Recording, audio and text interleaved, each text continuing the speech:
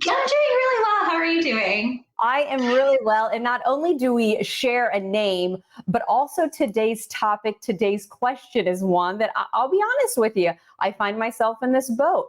You've been saying, and our question today, many people are worrying more. And so, how to combat worrying is something that you're hearing your clients wanting to know more about. So, take it away. How do we combat worrying during this time? Yes, I'm so excited to be on here and really talking about a topic that I really feel like permeates all areas of life and everyone really that I think that we run into and we talk to. So I've noticed a pattern in my counseling sessions recently that I just wanted to share a little bit about that. I feel like people have really opened themselves up to worry. Honestly, I'm convinced that our society has mastered worrying. So, worry is simply just like a state of mind where the same issue goes around and around and around in this endless loop without ever any real intention of finding a resolution. And I find that I think the main reason for that, honestly, is because we think that by having the issue constantly remain in our minds, like front and center, miraculously it'll find a solution and the issue will go away. It's like we understand that if we find a solution, the problem will evaporate. But really, the issue is that we rarely put any real effort into finding a resolution. So I'm here to say today that it is definitely time for us to stop giving worrying permission to ruin our days and even sometimes weeks. Again, I'm an open book sometimes to a fault. I will say that my worry sometimes, I then feel it in my stomach even. I get that pit in my stomach, that anxious stomach ache. I lose my appetite when I find myself in this situation. What are some tips, though, that you can give people to kind of combat those feelings physically and mentally?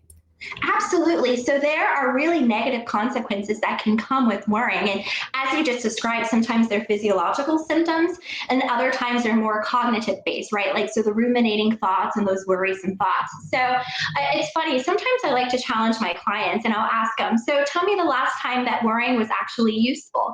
And you're probably not surprised. I rarely get an answer back, and it's like when clients really realize, wait a minute, so worrying doesn't really resolve my issue, then I'll just walk them through three simple steps that I've come up with that I would love to share today.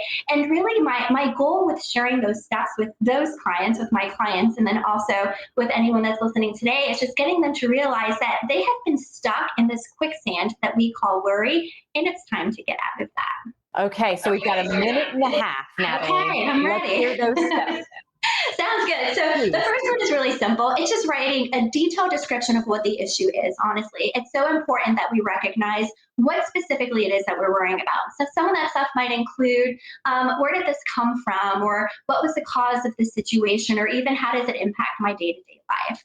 So next we want to identify what needs to happen to resolve the situation to our satisfaction. Now sometimes there are multiple solutions to the problem, so we just want to write them all down. We might come up with more solutions down the road, but really the goal is just writing whatever it is up here down on paper. For some people that are familiar with counseling, we actually have a term for that.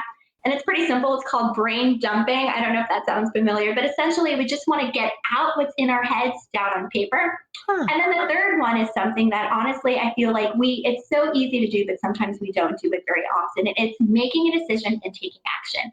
It's choosing one of those simple solutions that we've identified and implementing it. So I think sometimes the biggest hesitation too is that people don't do that because we're afraid of making the wrong decision. But 9 times out of 10, we can always go back and tweak those solutions. Oh, brain dumping. I love that. Natalie, we love that you're a part of this show. We want to keep going with this. Of course, people can get more information and talk with you one-on-one. There's how you can get in touch with her today, or go to the Facebook page so you can ask your questions and we can give them to Natalie Rosado. Of course, not just Natalie. No one wants that, right? Hey, take care, Natalie.